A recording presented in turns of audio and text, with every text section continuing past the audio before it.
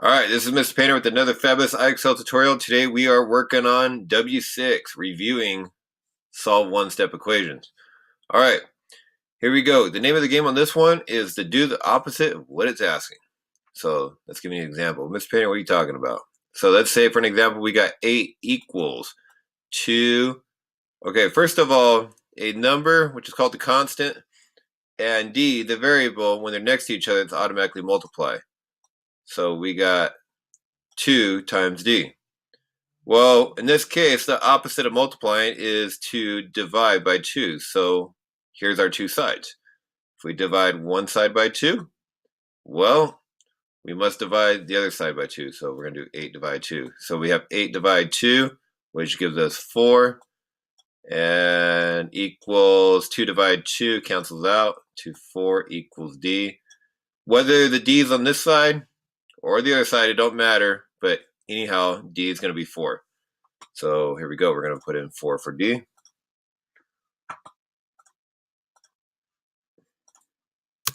There we go.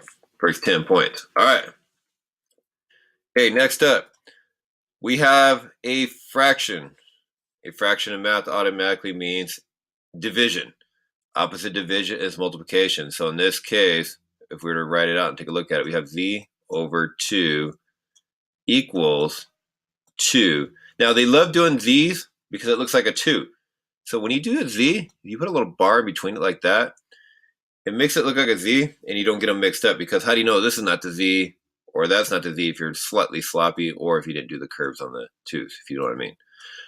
Okay, anyhow, we got to do the opposite of dividing by 2, which is multiply both sides by 2. So here's our dividing line. So we have 2 times 2, which gives us 4 on this side. But what happens is on this side, when you have a 2 multiply and a divide, it cancels out. So now you got Z equals 4. So again, Z equals 4. So Z is 4. And you go back and check it. So, well, Mr. Painter, how do you do that? How do you check it? Well, because we said Z is 4, if I plug in 4 for Z right there, is it true that 4 divide 2 is 2? Absolutely. So Z has to be 4. So let's go ahead and put in 4 for right there. All right, so here we go.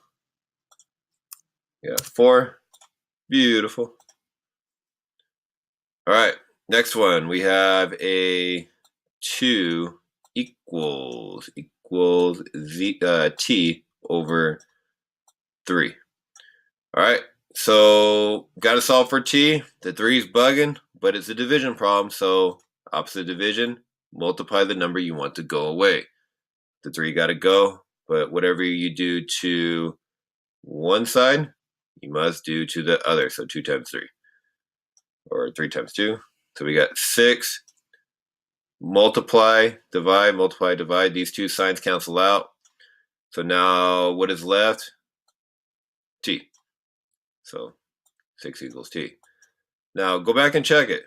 Take your 6 and plug it in for T. So is it true that if we put a 6 up here, 6 divide 3 gives us 2? Yes. So if that works, then we're never going to get it wrong.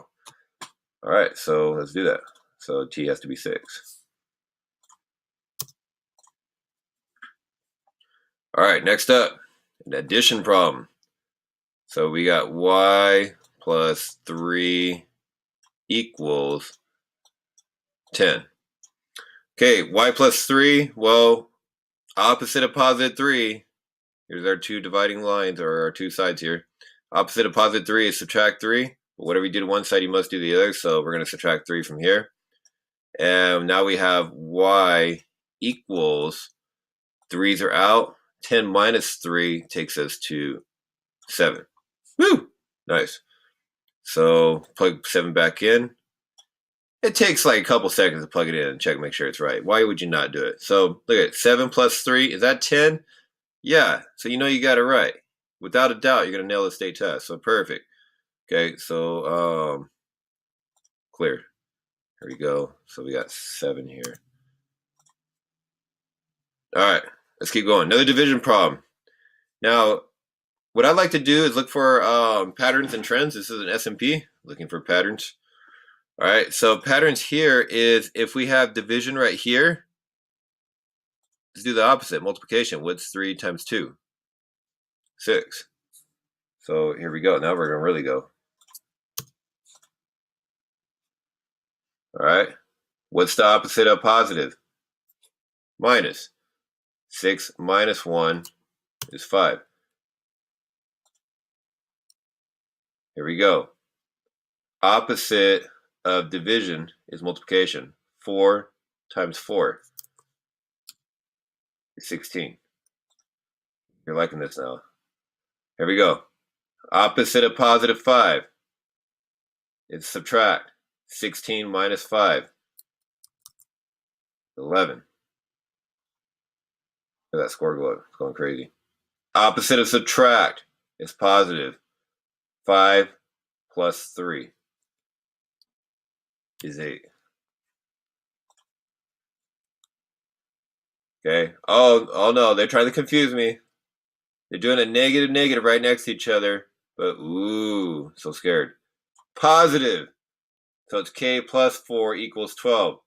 But what we got to do is do the opposite of positive 4. So 12 minus 4 is 8. They tried so hard to confuse me, but it didn't work. All right, here we go. Okay, we got subtract 7. Opposite of subtract 7 is add 7. But careful on this, though. Actually, I'm going to write this one out because I don't want to lose nobody on this. We have negative 4 equals snakes. We got to try to find the snakes here. Minus 7. So if we add 7 to both sides, add 7. Here's our dividing line. Add 7. This is where students get into trouble right here. The negative 4, these are called integers. Negative 4 and positive 7. Well, Mr. Painter, what do we do? What do we do? What do we do? All right. So first of all, because the 7 is larger and it's positive, the answer has to be a positive something. Now take something called the difference. 7 subtract 4. The answer will have to be positive 3. When the signs are opposite, please subtract.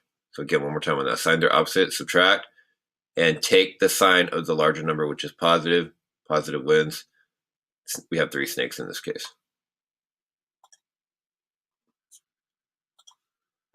So 3 snakes. There we go. Beautiful. All right.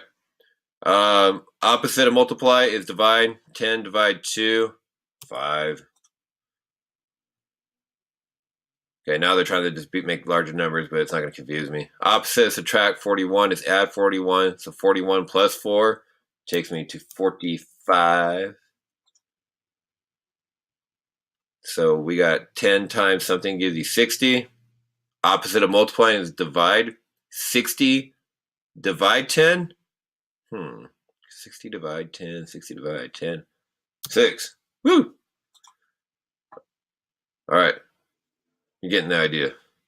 This concludes your IXL tutorial for W6 Solve One-Step Equations.